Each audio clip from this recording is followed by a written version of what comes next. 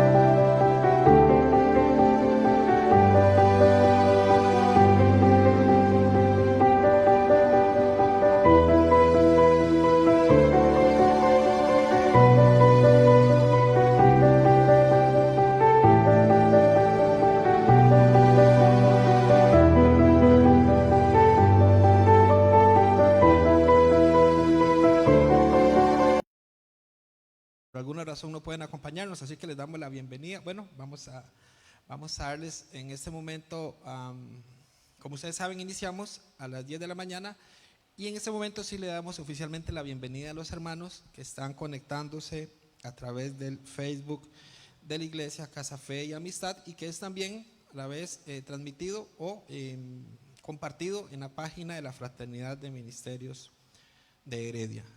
Es de mucha bendición, ¿cierto? Estas puertas que se nos abren de poder escuchar, aun cuando no podamos venir, aunque yo no cambio el estar presencialmente, pero es una herramienta que podemos nosotros tomar. Así que bienvenidos, hermanos, Esperamos que sea de mucha bendición para ustedes. Con respecto al anuncio, mi hermano Ricardo, hay algo muy importante. Ustedes saben que cuando uno va a un campamento, a una actividad en donde hay comida, ¿verdad? Y esa comida sabe riquísimo, ¿verdad? Uno disfruta más de la actividad y uno no quiere terminar. Pero uno no conoce generalmente a los cocineros. Y a veces en algunos lugares pasan a los cocineros y uno dice, ay, esos son los que cocinan tan rico. Con esto de la Biblia, yo quiero de verdad honrar a mis hermanos Gerardo y su esposita Rebeca, porque ellos a lo largo de esos años que les he conocido han sido esos trabajadores silenciosos. Nadie los ve, nadie se da cuenta, pero están moviendo permisos, están hablando, están peleándose por allá, ¿verdad? En el buen sentido de la palabra peleándose, ¿verdad? Para que se abran puertas. Y de verdad que yo quiero honrar a mis hermanos, darles las gracias por eso. Y ayer hablando con ellos, mi hermano Gerardo me decía algo. Resulta que queremos para este sábado, mis hermanos, escuchen esto, hay más de 250 Biblias, más de 250 Biblias para este sábado, hay más de 1000 tratados. Y nosotros queremos ahorita hacer una dinámica, y es, mi hermano, ustedes me ayudan, Gerardo y Rebeca, y tal vez Carlitos pueda ayudarme a repartir una Biblia a cada pastor, primeramente al pastor, porque queremos ver si alcanzan, pero la idea es que usted pueda abrirla ahorita mismo y colocar algo allí. ¿Qué va a colocar? Queremos denominar a esta actividad dentro del día de la Biblia el tesoro escondido. Entonces, estas Biblias que usted va ahorita a tomar en sus manos y va a escribir algo, van a ser colocadas en diferentes áreas del parque central, debajo de una banca, en la rama de un árbol, y la persona va a llegar y va a decir, uy, me encontré una Biblia, pero cuando la abra va a ver que no fue que la Biblia no estaba perdida.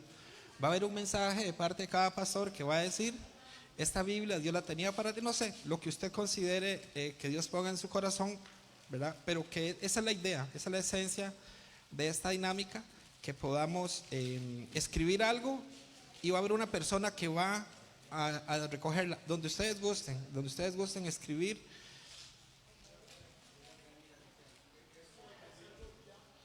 Y sí, nosotros ahora la recogemos porque las vamos a colocar el sábado. Pero el sábado van a haber más Biblias. Así que nosotros queremos que usted motive a su congregación, porque vamos a realizar esto el mismo sábado con más Biblias, para que sean más personas las que puedan ser bendecidas. Algo más, mis hermanos. Les quito un minutito para que me presten atención para esto, si son tan amables. Durante el sábado, mis hermanos, hay algo que yo quiero recalcar. No vamos a predicar, no vamos a ir a predicar. Un segundito, mis hermanos, nada más para poder que me puedan escuchar esto.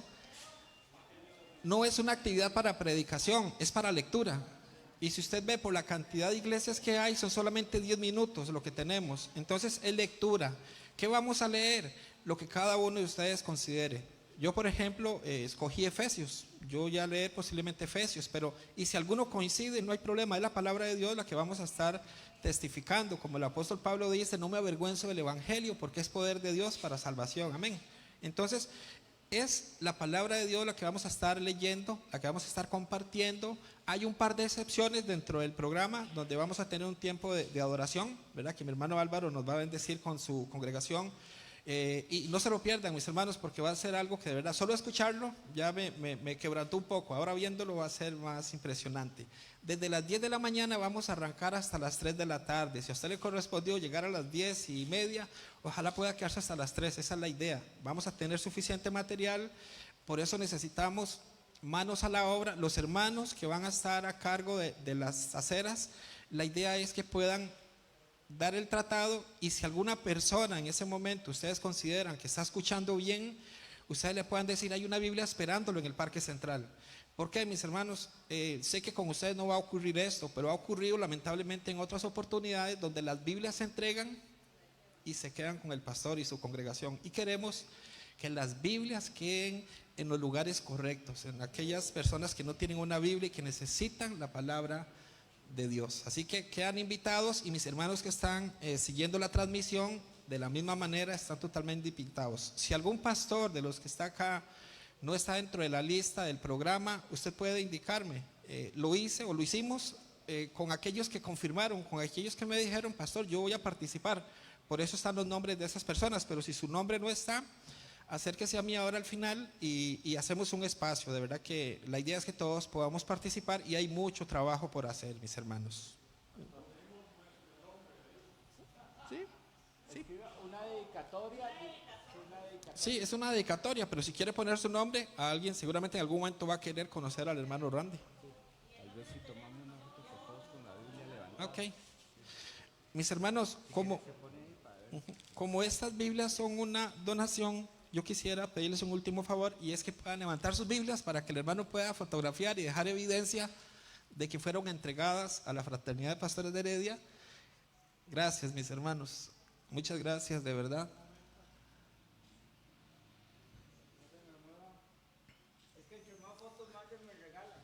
Y eso a todos nos conviene, ¿cierto?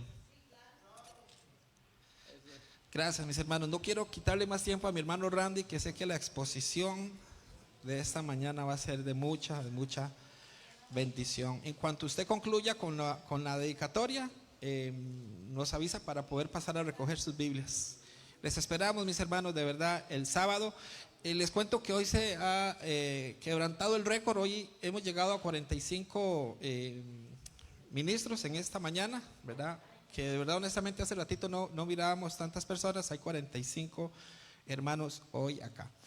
Que el Señor bendiga sus vidas. Y le voy a pedir a mi hermano Randy, si es tan amable y pueda pasar acá al frente. Usted sabe que Randy es conocido como el vikingo, ¿cierto? El vikingo de las naciones. Bueno, entonces, con todo el respeto, hoy tenemos al vikingo, quien nos va a hablar acerca de una de las escuelas de escatología.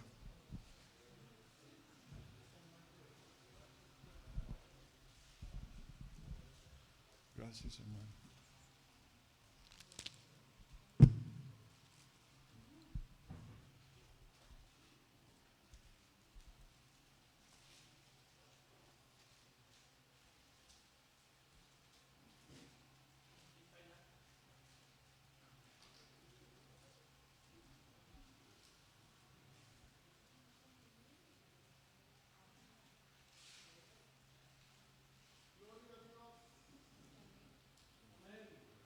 Estoy buscando si tiene puntador, tiene para láser. Es este. ¿Lo ves? ¿Cuál es? ¿El centro? Ok, El centro. perfecto. Déjame ver si corre. Sí, corre. Bueno, hermanos, que Dios los bendiga. Gracias por la oportunidad de compartir sobre este tema de escatología. Y hoy estamos tocando el postmilenialismo. Ha sido muy difícil para mí porque en cada presentación yo me convierto en la posición del hermano. Entonces, es muy difícil ya después de convertirme 3 veces, ahora tuve que convertirme la 4ª vez al postmilenialismo.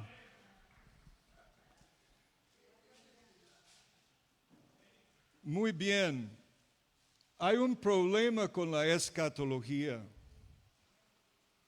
El fin está cerca. ¿Tengo tiempo para tomar un cafecito? No debemos exagerar sobre el fin.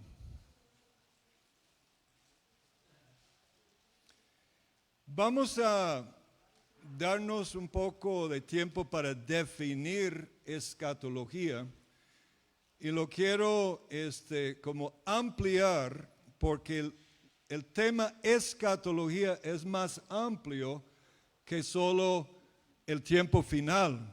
Y muchas veces con nuestro afán de estar enfocados en la segunda venida, perdemos de vista que la escatología es desde Génesis hasta Apocalipsis y es un tema muy importante en la teología. Entonces, ¿qué es la escatología? La definición, por ejemplo, del diccionario. Es la rama de la teología que habla de la muerte, resurrección, inmortalidad, el fin del mundo, del siglo, el juicio eterno, el estado intermediario de los muertos y el estado futuro del mundo. También, que nadie ha mencionado, es parte de los 7 rudimentos de la doctrina de Cristo, donde Cristo habla de la doctrina de la resurrección y del juicio eterno. Brevemente es el estudio de las cosas finales. Pero cuando hablamos de cosas finales, tenemos que pensar en 2 tipos de finales: puntos finales y los últimos finales, o la consumación. Y esto va a ser muy importante cuando vamos a ver hoy una definición más amplia de la escatología.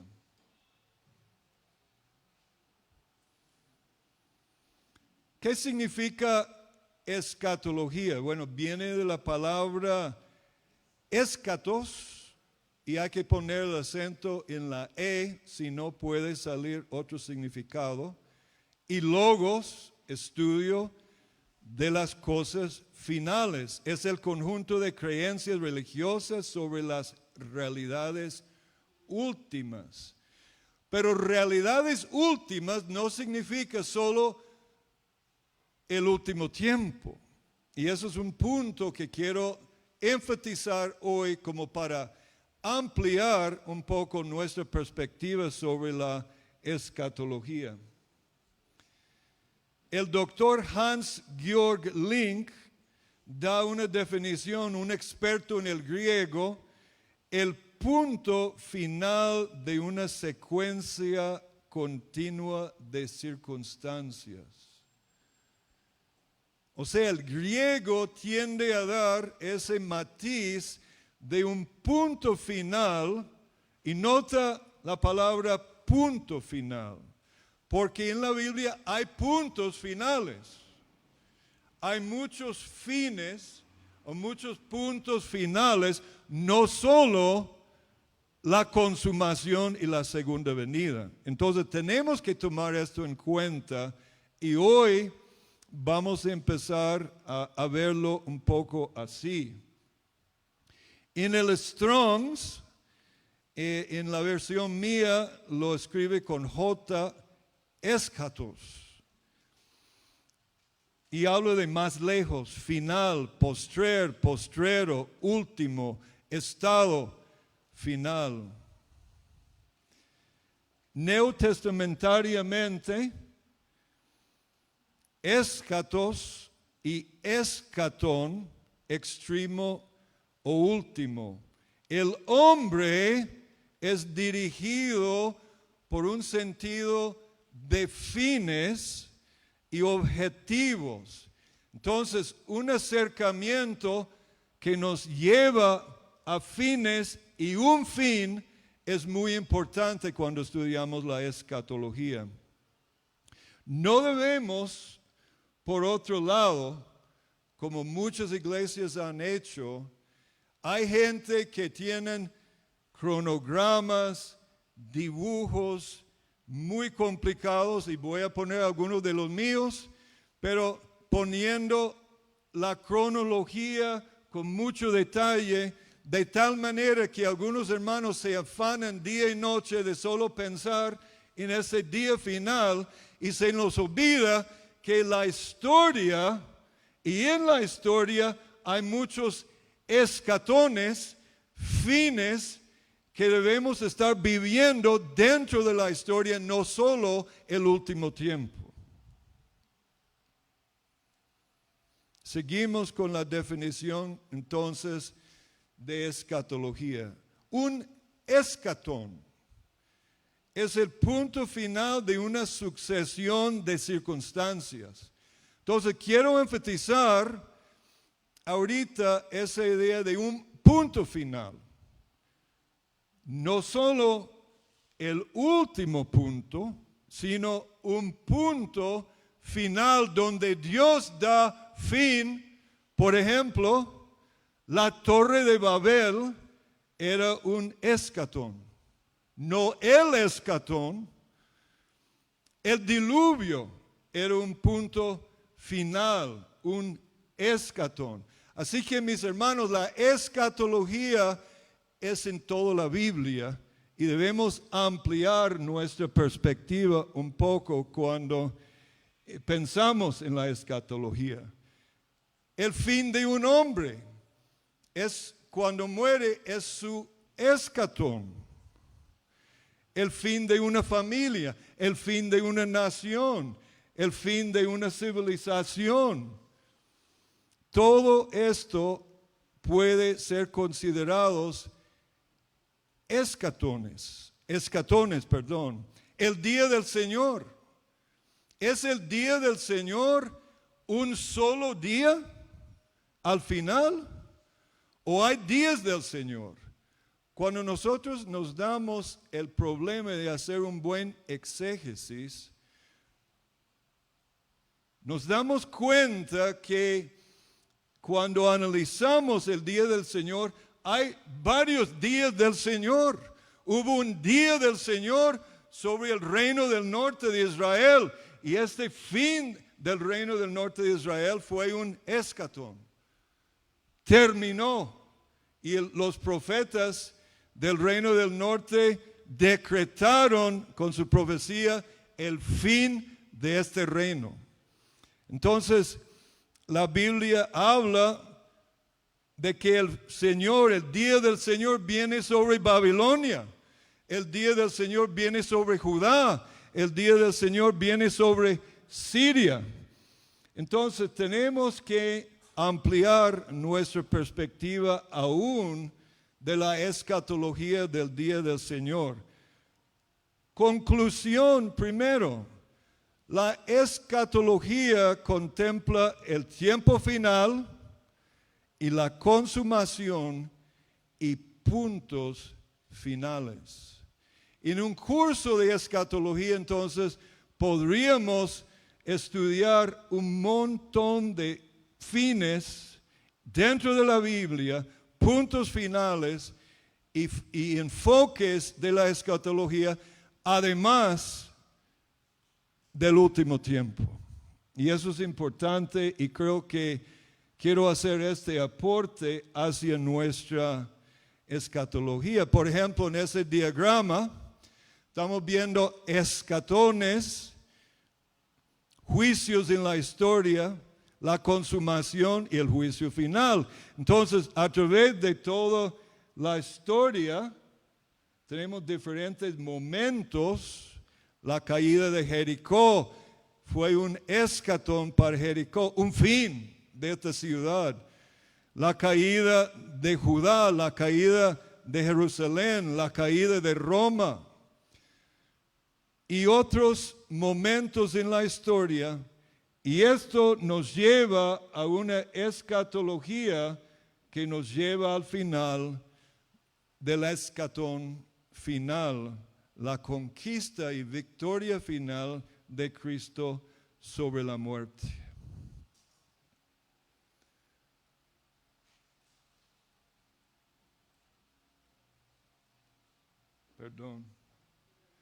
Juan el Bautista predicó un escatón, el inicio de la venida de Cristo. Él estaba preparando el camino y dijo: el hacha está puesta en la raíz del árbol. Juan el Bautista, como gran profeta que era, estaba declarando el fin de un momento, el último en la secuencia de profetas. Entonces él está predicando un escatón, pero no el final de los finales, sino en este momento.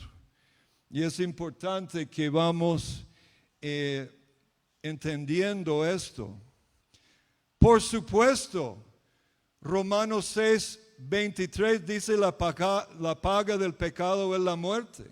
Entonces, el hombre nace y va a morir, y esta muerte que cada uno de nosotros vamos a vivir en un momento es el escatón personal. Entonces, la escatología, creo que está, déjenme ver. Sí, está bien.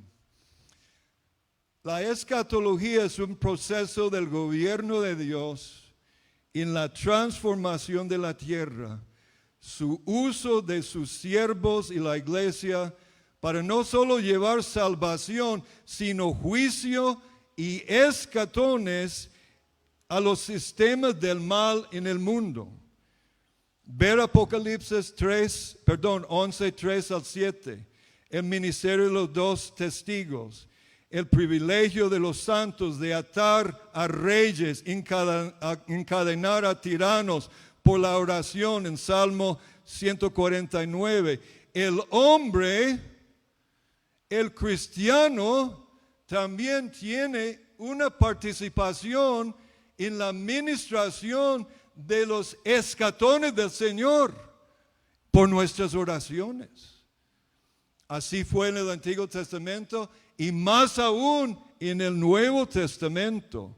Y lo vemos especialmente en los salmos imprecatorios de la posición de la iglesia de interceder, que trae fines a reyes, fines a tiranos. Y la iglesia necesita subir su escatología para entender que gobernando con Cristo podemos influir en momentos históricos. No sé cuántos aquí han leído la historia de Rees Howells, el intercesor. Recomiendo el libro Rees Howells, Intercesor. Si usted quiere saber cómo Hitler perdió la guerra, usted tiene que leer cómo Rees Howells y su equipo de intercesores, escuchando la voz de Dios y orando, intercediendo, oraron según la instrucción del Señor los errores que Hitler cometiera, y sucedió. Y curiosamente, este hombre que Dios lo levantó como gran intercesor, terminando la Segunda Guerra Mundial, murió, porque terminó su llamado, que era interceder y participar como creyente en momentos de escatones del Señor, momentos y finales. La importancia de la escatología a la vida, el pensamiento y la gran comisión. Las opiniones que tiene la gente sobre el milenio y particularmente sobre la escatología en general configuran y orientan toda su vida y afecta su trabajo, afecta su orientación a la gran comisión. Afectan la orientación de la iglesia y su acercamiento al trabajo de la gran comisión para el bien y para el mal.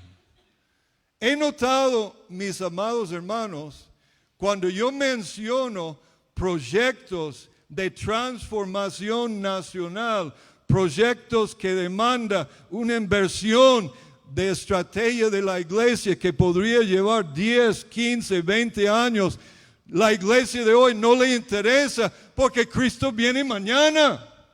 Somos tan afanados sobre el último escatón que no a veces somos útiles para los escatones ahora y para la obra de Dios y la gran comisión. Y qué interesante que la mayoría de los misioneros del gran siglo de las misiones, el siglo XIX, fueron misioneros del acercamiento postmileniales. Eso según Andrew Sandlin, ahí dice, o estoy, sí, ahí dice.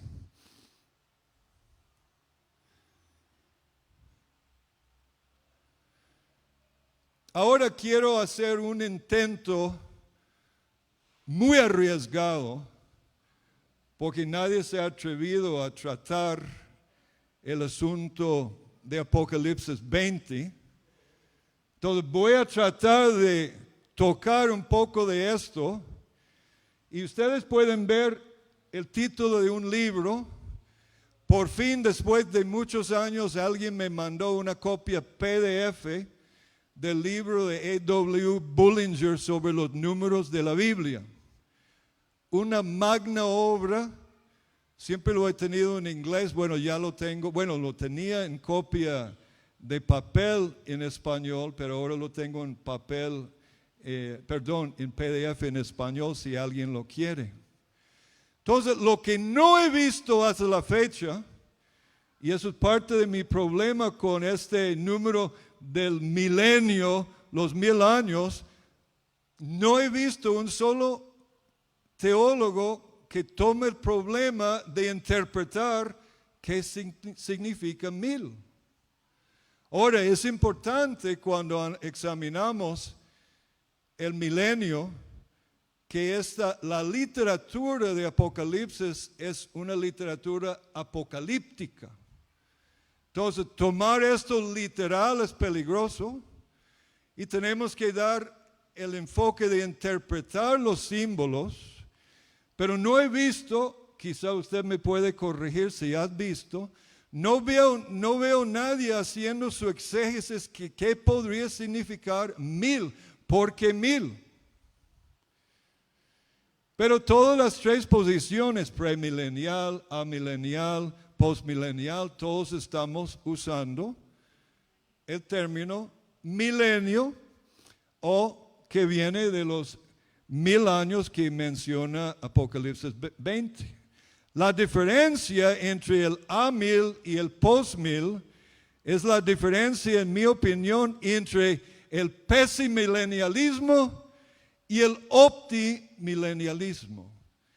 El postmilenialismo es optimilenial, es decir, no es triunfalista, jamás, pero sí cree en la victoria de la gran comisión y la victoria del reino de Dios antes de la segunda venida del Señor. Eso no significa que todos van a salvarse, pero lo que significa que en términos de la definición bíblica de la gran comisión, la iglesia va a tener la victoria, porque la Biblia mía dice que las puertas del infierno no prevalecerán contra la iglesia.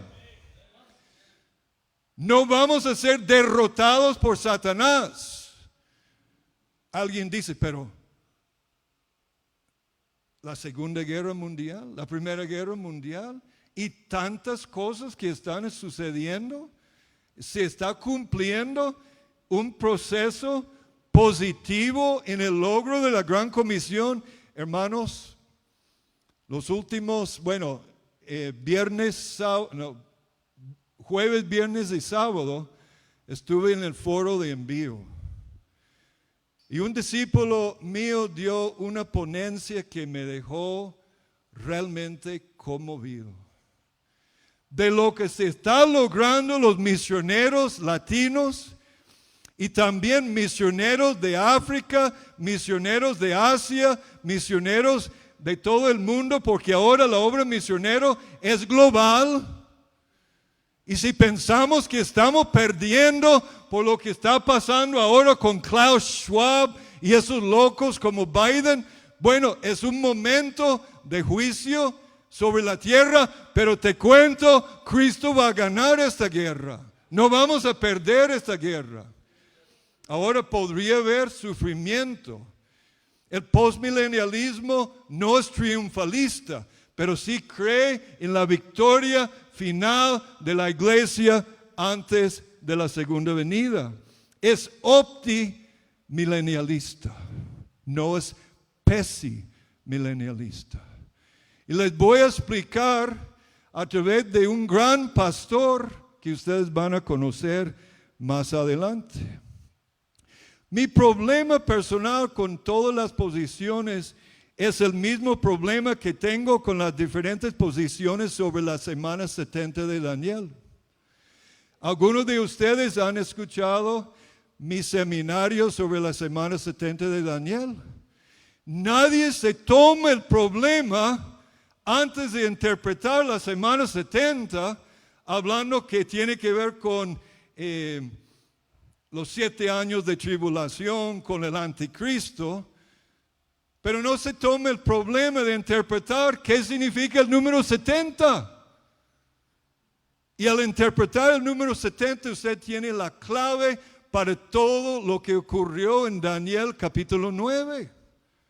Claro, hay que hacer un poco más exégesis, pero lo esencial está ahí. 70 tiene que ver con las naciones y la semana 70 tiene que ver con la gran comisión y las naciones.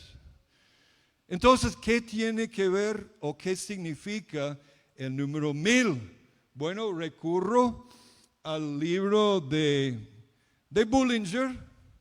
Ahora, Bullinger no interpreta 1000. ¿Por qué? Porque cuando estudiamos los números bíblicos, y esto no es numerología, por favor, numerología es otra cosa. Se llama exégesis, interpretación bíblica, donde estudiamos por principios de hermenéutica qué significa un número. Entonces, Bullinger dice algo muy interesante sobre el número 1000.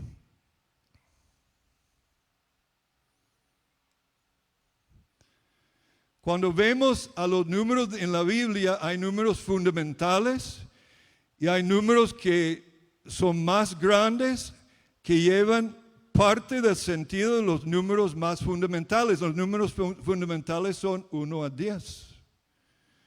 10 es un número muy importante porque es el fin de la secuencia de los primeros 10 números, y 10 es clave, que son parte de 1000, y eso es un principio que uno aprende de Bullinger.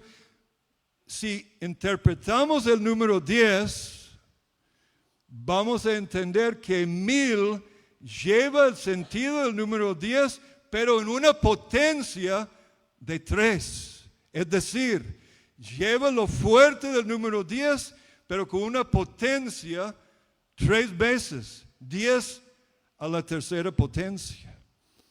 10, según Bullinger, ¿y cómo hace Bullinger esto? Lo hace por una exégesis. 10 es el número de perfección ordinal. 7 es el número de perfección espiritual, pero 10 es el número de perfección ordinal. Contamos básicamente 1 a 10 y después todos los demás números se desprenden de 1 a 10. El orden del reino de Dios parte de lo que ocurrió en el monte Sinaí cuando Dios dio los 20 mandamientos, los 3 mandamientos, los 10 mandamientos. Y cuando uno estudia lo que ocurrió en el monte Sinaí, vemos Moisés arriba recibiendo la ley, vemos el altar que edificó Moisés, vemos los 70 ancianos, ahí hay una clave, 70 ancianos, la ley de Dios arriba, 70 ancianos, el altar, el pueblo de Dios. ¿Qué está diciendo el Espíritu Santo? Que esta ley va a subir, va a bajar, va a pasar por el pueblo de Dios. Recuerda que Jesús seleccionó 12 en Lucas 9 y luego 70 en Lucas 10. Porque Jesús, su misión no era solo a las 12 tribus perdidas de Israel, su misión era a las 70 naciones. Entonces la ley de Dios tiene que bajar. Entonces, ¿qué es 10 por 10 por 10? Bueno, ¿qué es la dimensión del lugar santísimo en el tabernáculo de Moisés? 1000, 10 por 10 por 10. Estoy tratando de dar un intento de ver el espíritu de lo que Dios está diciendo sobre estos 1000 años. ¿Qué podrían estar diciendo el espíritu? Es un intento, hermano. No he leído eso de ningún libro, así que ustedes me van a juzgar, me van a criticar y me van a discernir. Estoy haciendo con ustedes teología. Me estoy arriesgando.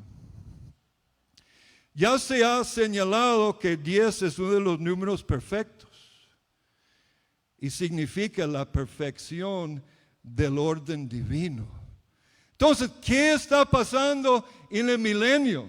Bueno, con la posición amilenial, como dijo el hermano Bill la semana pasada, habló de que desde la cruz y la resurrección hasta el final estamos en el milenio. Eso es muy parecido a la posición postmilenial, aunque la postmilenial tiene dos posiciones. Uno, que todo el tiempo es literalmente el milenio, o el otro es que tenía Jonathan Edwards y algunos puritanos, que al final de un largo tiempo de la gran comisión va a venir un tiempo de 1000 años que el mismo Jonathan Edwards llamó la época dorada, donde se recoge las profecías de Isaías, de Ezequiel, de toda la Biblia, de victoria y del cumplimiento de todas las promesas que dice en Hechos 3 que el cielo tiene que retener a Cristo hasta la ¿qué? La restitución o la restauración de todo lo que los profetas habían dicho desde el inicio hasta ahora. Es decir, hermanos, Cristo no puede venir si no se cumplen las promesas de la victoria del reino de Dios antes de su venida. Comenzando al hacerlo, una serie de números completamente nueva. La primera decena es la representativa de todo el sistema numérico y origina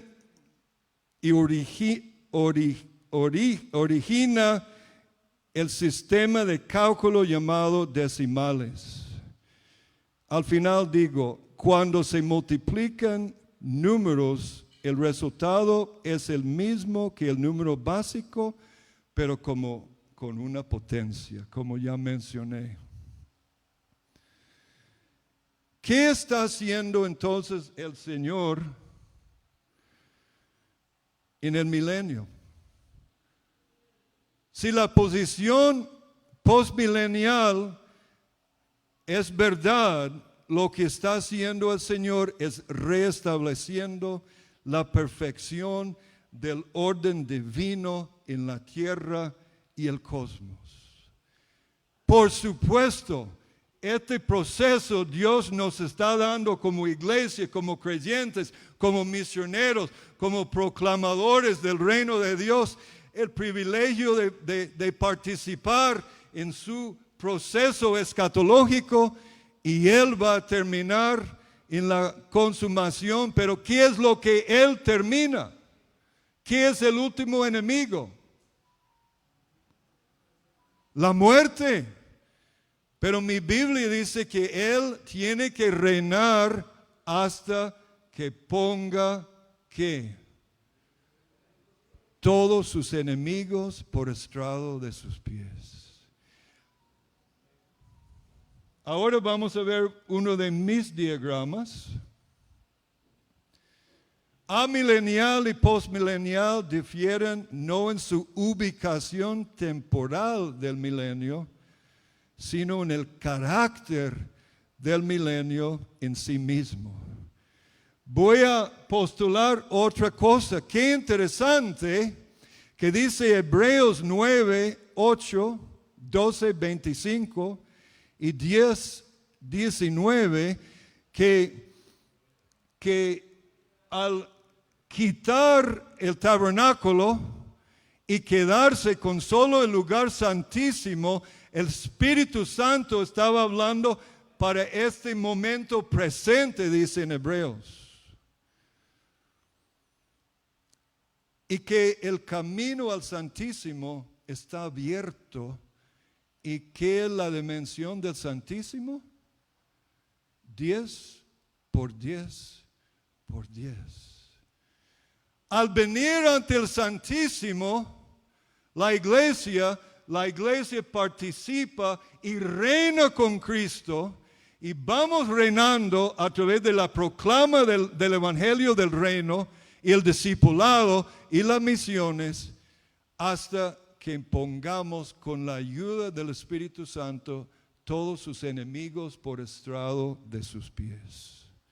Entonces, ahí usted puede ver, a ver si puedo señalar.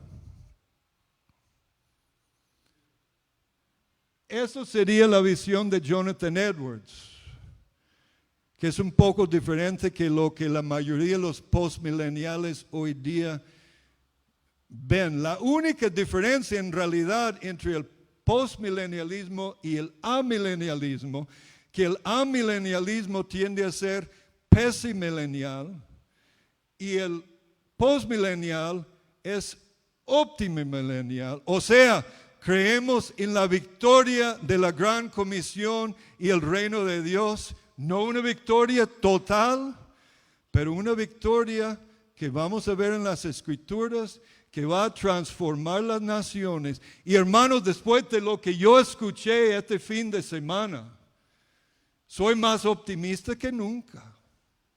Es increíble lo que está pasando en el campo misionero.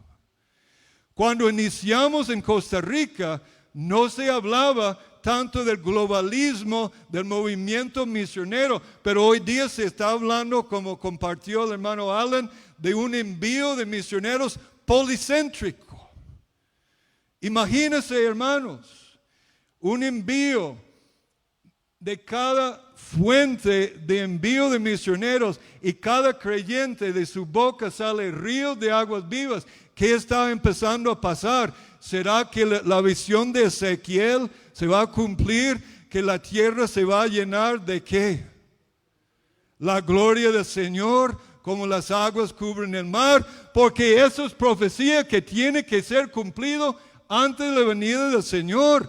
¿Cómo va a llegar ese conocimiento del Señor hasta el final de la tierra? Por medio del discipulado de las naciones.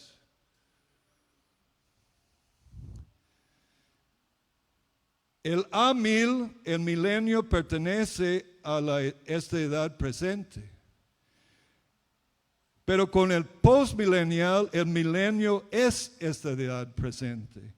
Pero con la visión de Jonathan Edwards, que también es una posibilidad, el milenio es como una época después de muchos años del avance del Evangelio, donde va a haber triunfo del Evangelio, no un triunfalismo, sino el gobierno básico de Cristo en todas las naciones. Y las naciones, como dice Isaías 2, las naciones dirán: vamos, subamos al monte del Señor.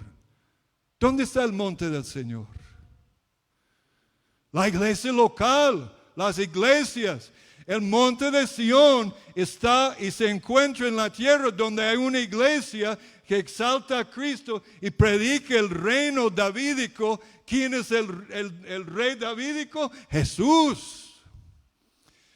No como los dispensacionalistas dicen que David mismo va a gobernar. No, Cristo mismo es el rey davídico. Y Él está gobernando y va a seguir gobernando hasta la segunda venida. Y esta victoria es un aumento paulatino del dominio de Dios y su pueblo sobre la tierra y en el tiempo y en la historia. No solo en la eternidad, en el tiempo y en la historia. Muchas veces, hermanos, vivimos para el dulce pastel más allá. Cuando Jorge Whitfield estaba hablando con unos pastores, él muy cansado, deseando que Dios acabara con esta cosa para que él pudiera ir al cielo. Y están hablando con los pastores y los pastores dicen amén y amén. Había un pastor ahí que dijo, no, yo quiero aprovechar cada día que tengo, no para escapar, sino para servir mi rey hasta que él diga que terminó conmigo, porque eso es mi deber. Y cuando la iglesia protestante envió los misioneros en el siglo XIX, todos, casi todos, la mayoría tenía una perspectiva postmilenial y eso dio a luz al gran movimiento, lo que se llama el gran siglo de las misiones. La iglesia creció a nivel mundial en la misma casi rapidez que la iglesia primitiva. Al no entender los OA1000 y pre-1000, el tabernáculo de David, no entienden con claridad que el reino de Dios y el aumento de su dominio sobre todas las naciones es el resultado del progreso de la gran comisión. Amós 9, 11 al 15, donde cuando dice Dios va a restaurar el tabernáculo de David, que mencionó Bill, pero se le olvidó mencionar que la palabra ahí es para que los sobre los cuales es invocado mi nombre posean el resto de las naciones. Y la palabra poseer es la misma palabra de poseer la tierra de Canaán. Hermanos, no estoy predicando una visión triunfalista. Esto va a demandar martirio, sangre, envío sacrificado, proclama del reino de Dios como nunca, pero yo creo que la contundencia de los profetas, desde Isaías, Ezequiel, Zacarías, Pablo ni hablar. ¿Qué buscaba Pablo en su apostolado? Romanos 5. ¿Lo hemos logrado hasta la fecha? No. Romanos 1:5 dice que Dios le había dado a Pablo gracia y apostolado. ¿Para qué? Para la obediencia de la fe entre todas las naciones. ¿Hemos logrado la obediencia de la fe entre todas las naciones?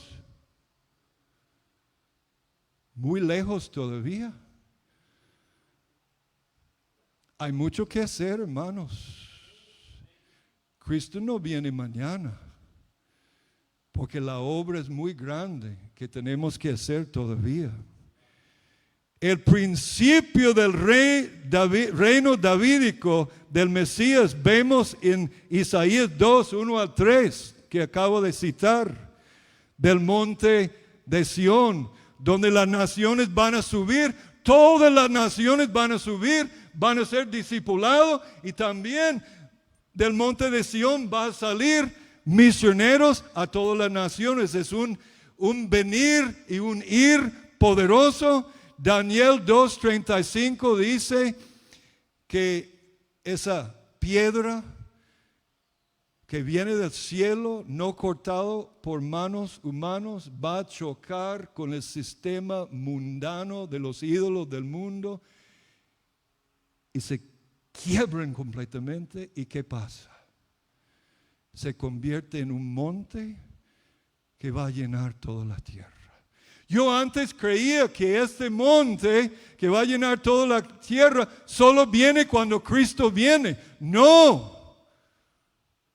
La consumación es cuando Él viene y va a acabar con la muerte. Pero mientras tanto, hermanos pastores, misioneros, evangelistas, estamos en las guerras del Rey. Estamos en las guerras del Rey. ¿Qué son las guerras del Rey? Va a haber bajas, va a haber sangre, va a haber martirio. El hecho de que podemos ver, y algunos quizás noten que yo pongo cosas muy negativas ahí en el chat es para despertarlos, pero no porque yo creo en que el enemigo va a ganar, es para sacudirnos, para trabajar más.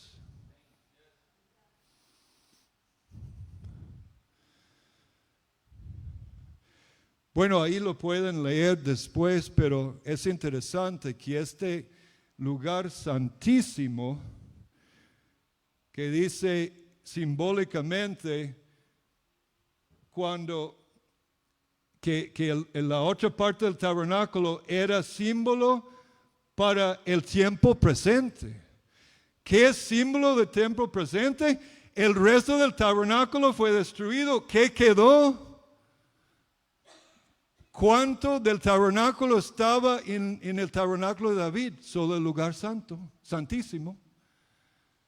Hoy día estamos viviendo en el momento que la iglesia puede entrar con libertad al Santísimo para gobernar y para que Cristo establezca su orden en la tierra, el orden del reino de Dios. ¿Recuerda el número 10? ¿Qué significa?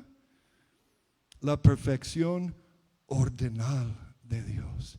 El milenio es sobre el restablecimiento del orden divino en toda la tierra. Y nosotros tenemos participación escatológica en esto. No en la última parte.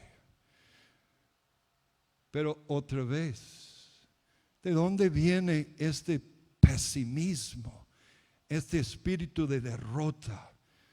Ciertamente no viene verdaderamente de la Biblia. Vamos a ver lo que dice un gran pastor gringo en un momento, pero quiero que vean lo que llaman el gran X. Todo lo que es antes de la cruz señala la cruz. La cruz es la historia, el centro de la historia. Y de la cruz en adelante, ¿qué estamos viendo? El aumento de su imperio y la paz. Isaías 9:7, ¿qué dice? Que cuando viene el Mesías,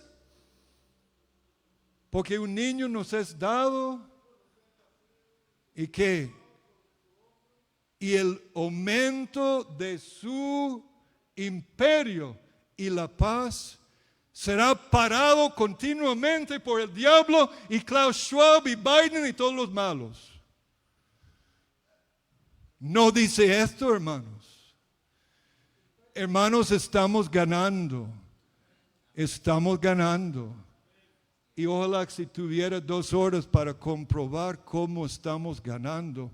Porque misionológicamente estamos ganando y también en el sentido de la estadística sobre la paz verdadera y aún en la economía, el fin de la pobreza, estamos ganando. Pero solo vemos lo negativo porque casi todos, y yo me incluyo, he sido muy pesimilenial. Tenemos que tener un sentido más grande de victoria. Hay una profecía un poco oculto en Génesis 33:14. Recuerda cuando Esaú viene con 400 hombres y va a barrer con Jacob y sus familias. Jacob ora en Peniel, Jacob logra la victoria. Él llega a su hermano y dice: mi hermano, cuando te veo es como ver el rostro de Cristo. Y Esaú queda tan bendecido, dice: hermano mío, venga conmigo al monte de Seir. El monte de Seir es Edom, y Edom es un símbolo, es un juego de palabras en hebreo para Adán y para la humanidad. Y oiga lo que dice Jacob a Esaú: adelántese ahora mi señor a su siervo, y yo avanzaré sin prisa al paso del ganado que va delante de mí, y al paso de los niños, hasta que llegue a mi señor en Seir. Jacob tenía alguna intención personalmente de llegar al monte de Edom, al monte de Esaú? No, está profetizando, es profeta. Está hablando de ustedes, hermanos, está hablando de la iglesia, que vamos a ir poco a poco. ¿Y qué es el gran estorbo de las misiones protestantes? La familia. Hay que ir con los niños. Digo estorbo no porque es estorbo, porque no puedo apresurar a mi esposa cuando está dando a luz y cuando está criando niños. Tenemos que ir paso a paso, paso a paso, paso a paso, no de locuras, pero vamos a llegar y la profecía es clara. Y él está profetizando de la gran comisión hasta llegar a ¿dónde? Romanos 11. La plenitud de gentiles. La plenitud de gentiles tiene que llegar antes del fin, mis hermanos. Si no, la Biblia no es cierto. Así que la plenitud de gentiles no está todavía porque estamos buscando el rapto mañana.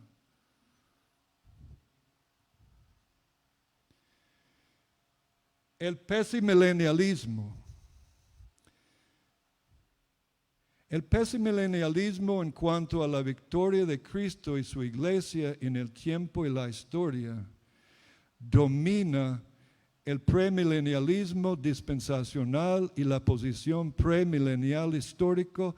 También, desgraciadamente, muchos, yo no lo escuché de Bill, pero muchos amilenial también son pesimileniales. Porque cuidado lo que creemos sobre la Biblia porque afecta cómo actuamos.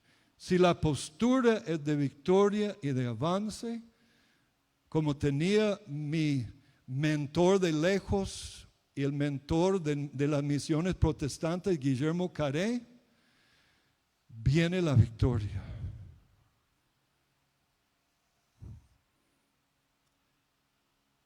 Una cosa unifica estos puntos de vista milenarios: el pesimismo general con respecto a la esperanza de una civilización cristiana en la historia actual. Nadie habla hoy día casi de la restauración y la reconstrucción de la civilización en Europa y Occidente. ¿Sabe por qué? Porque somos como iglesia pesimileniales. Cristo viene mañana. No hay tiempo para reconstruir la educación, la política, la filosofía, la universidad. La universidad es fruto del cristianismo que lo dimos al humanismo y tiene que ser retomado y va a ser retomado antes que Cristo regrese con mi escatología, porque creo en la victoria. Este es pesimismo intrínseco, lo que es una característica distintiva de estos puntos de vista cuando se clasifican juntos en oposición al postmilenialismo. Hace poco, algunos amileniales y premileniales decían: esto de postmilenialismo ya murió. Ya la Primera y Segunda Guerra Mundial ya mató ese sentido de avance y victoria para la iglesia. Ya no hay postmileniales. Bueno, tengo malas noticias. El postmilenialismo está creciendo y curiosamente lo estoy encontrando más y más en el movimiento misionero. Porque se dan cuenta de la grandeza de todavía lo que tenemos que hacer. Todos creen en la victoria de Cristo. Todos nosotros creemos en la victoria de Cristo. Y su iglesia eventualmente. Pero en la mayoría es en el dulce más allá. En la eternidad. Yo creo que en victoria, no victoria total, pero victoria contundente en el tiempo y en la historia, mis hermanos. Y creo que tengo el Antiguo Testamento y el Nuevo Testamento a mi lado para decir esto. Vivimos arrastrando el peso de un pesimismo en cuanto a la victoria del reino de Dios en el tiempo y en la historia. Y no solo en la eternidad. Por supuesto, todos creemos en la victoria final. Pero ¿cuántos creen que Cristo está reinando ahora y puede reinar ahora hasta que ponga todos sus enemigos por estrado de sus pies? Y el último enemigo no le toca a la iglesia. Solo Cristo va a destruir, que es la muerte. Por supuesto, eso no es una visión triunfalista, porque es una visión caré. ¿Acaso estos que se jactan diciendo el postmilenialismo es triunfalista, Carey, que era postmilenial, era triunfalista? Jamás. Y vamos a ver unas citas de Carey en un momento, como ahora. Guillermo Carey, el padre de las misiones protestantes, dijo: solo queremos hombres y dinero para llenar este país. ¿Qué país? India, con el conocimiento de Cristo. ¿Acaso Carey no está citando Habacuc 2:14, Isaías 11:9, Números 14:7, sobre que toda la tierra va a estar lleno de qué? ¿Es posible que tantas miles de etnias en India sean discipulados y el budismo, el islam y el hinduismo sea barrido y el conocimiento del reino de Dios, de Cristo, llene India? Cuando yo llegué a Costa Rica, mis amados hermanos, Dios me dio una visión y lo confirmó con señales. Vi una visión de que Costa Rica iba a llenar como una olla de agua y que el agua iba a saltar en las 4 direcciones cardinales.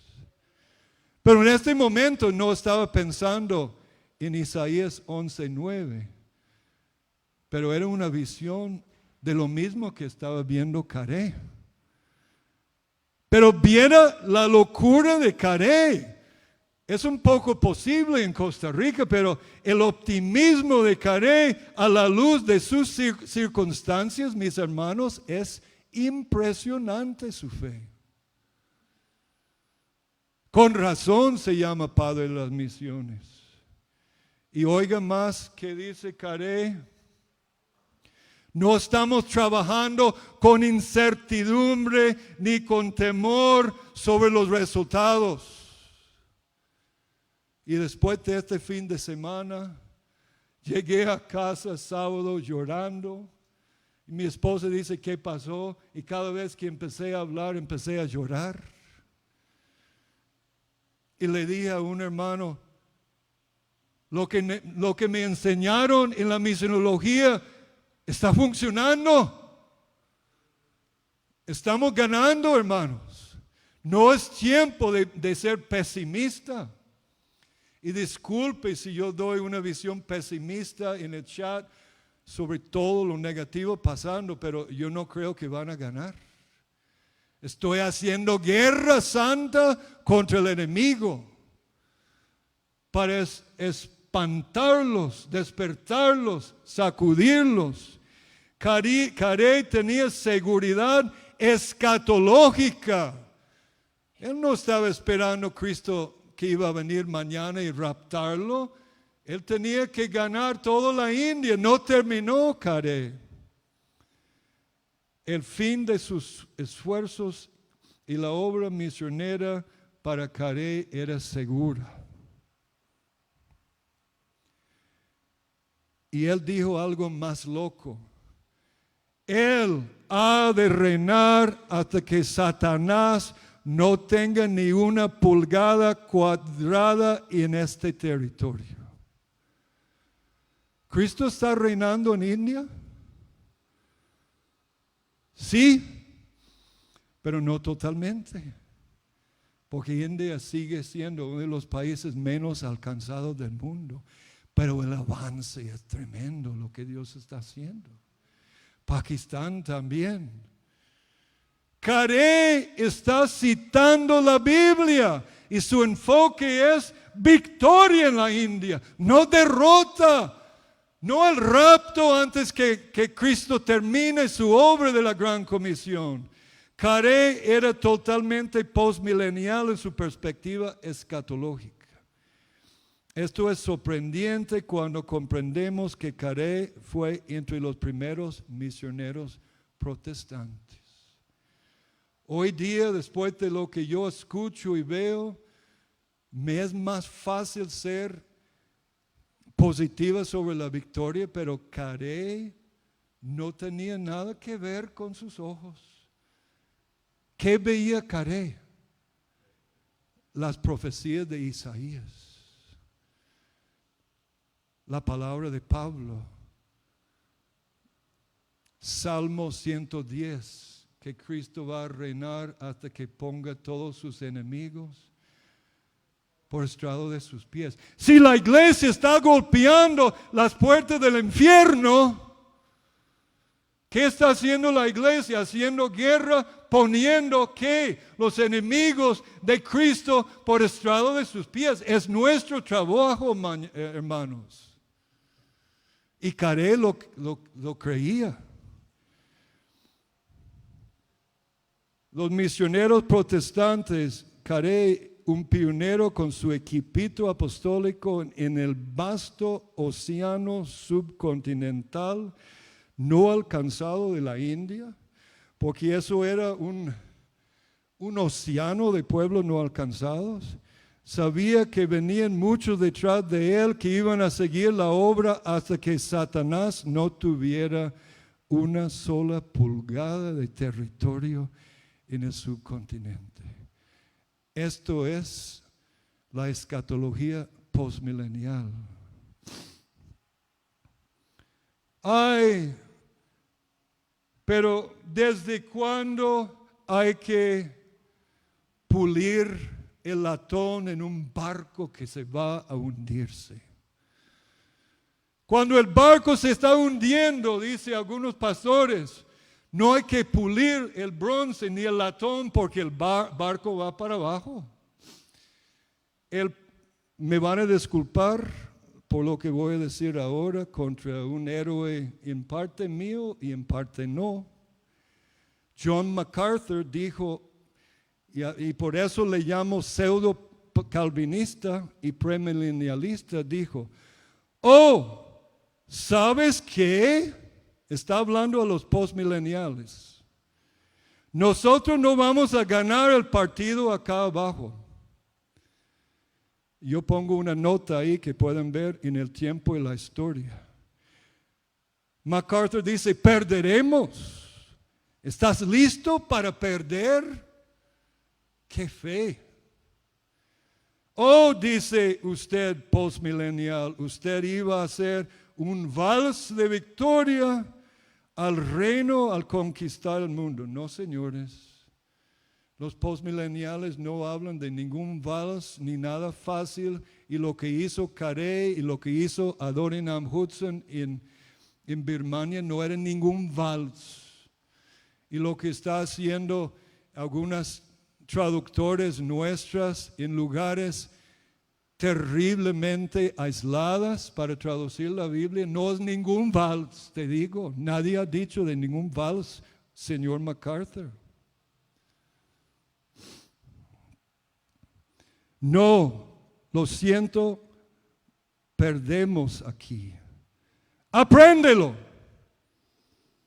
Ellos mataron a Jesús, mataron a los apóstoles, todos vamos a estar perseguidos. Después, en el mismo mensaje dice, acá abajo no vamos a ganar. Somos un montón, hermanos, de perdedores en una iglesia perdedora que vamos a perder, dice él. ¿Estamos listos para esto? Es solo para aclarar un poco el futuro de la iglesia.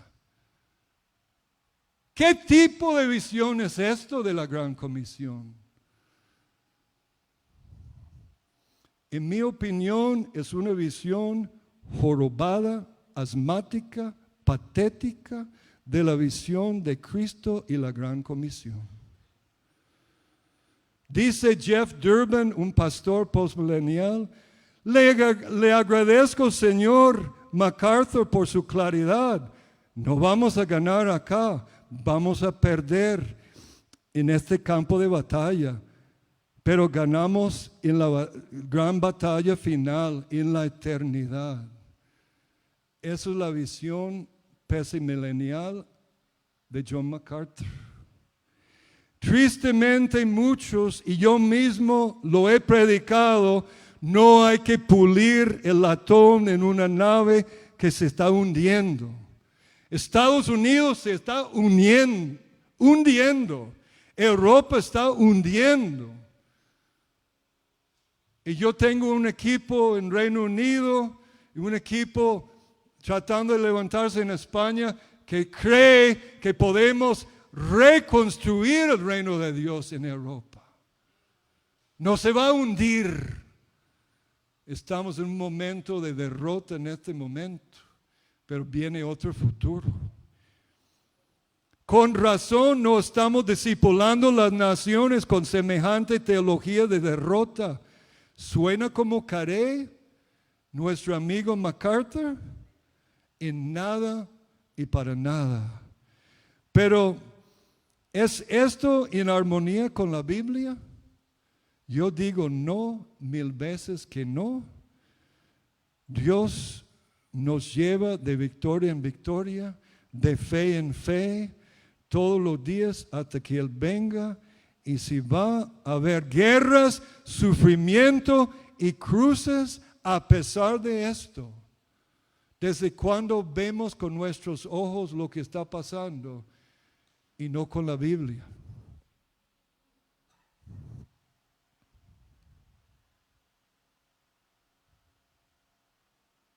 Solo termino, me da 2 minutos más, porque quiero mostrarle una señal. Y tengo datos que puedo respaldar esta visión, pero ya no hay tiempo. Imagínense este gráfico entre el año 0 hasta 2050, 3000, 4000, no sabemos cuándo Cristo viene. Sí sabemos las condiciones en la tierra cuando Él viene. Léelo en Hechos 3, 20 y 21. Él no puede venir, el cielo tiene que recibirlo ¿hasta qué?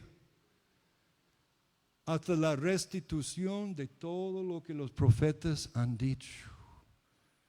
Entonces, en el tiempo, el reino crece, luego hay contraataque, baja, sube, baja, sube, baja, sube, baja, sube. Pero ¿qué es la tendencia? Es como la bolsa de acciones de valores. Dice mi papá, no hay que salir cuando baja, porque lo que baja eventualmente va a volver a subir. Si usted vende cuando está abajo, va a perder sus pantalones.